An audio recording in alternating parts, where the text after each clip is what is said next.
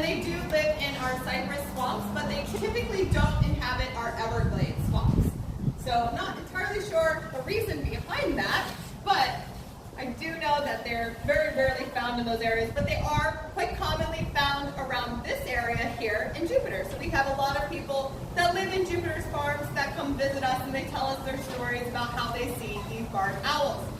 And as Zoe mentioned, Shrek was kept formerly as a pet, and it is actually illegal to keep barred owls as pets because they are protected under the Migratory Bird Species Act.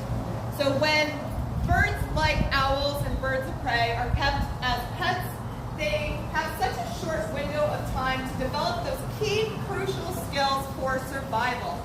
And it completely throws them off because they become too comfortable with humans.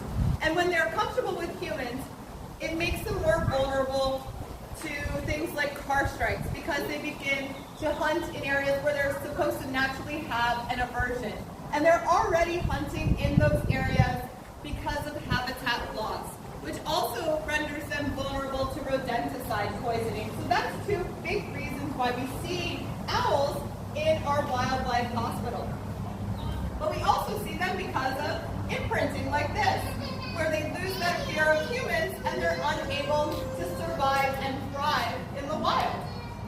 So Shrek, though, is still a healthy owl. So all of his senses are healthy, aside from his lack of a fear of people. So he does have super strong hearing, and you might have noticed these specialized looking feathers in the front of his face. These are a part of his facial disc. So what his facial disc does is it acts like a little satellite dish to funnel in sounds to his ear holes, which are behind his feathers on either side of his head. And their ears, unlike ours, are asymmetrical. So our ears are symmetrical, meaning that they're the same on either side of our head.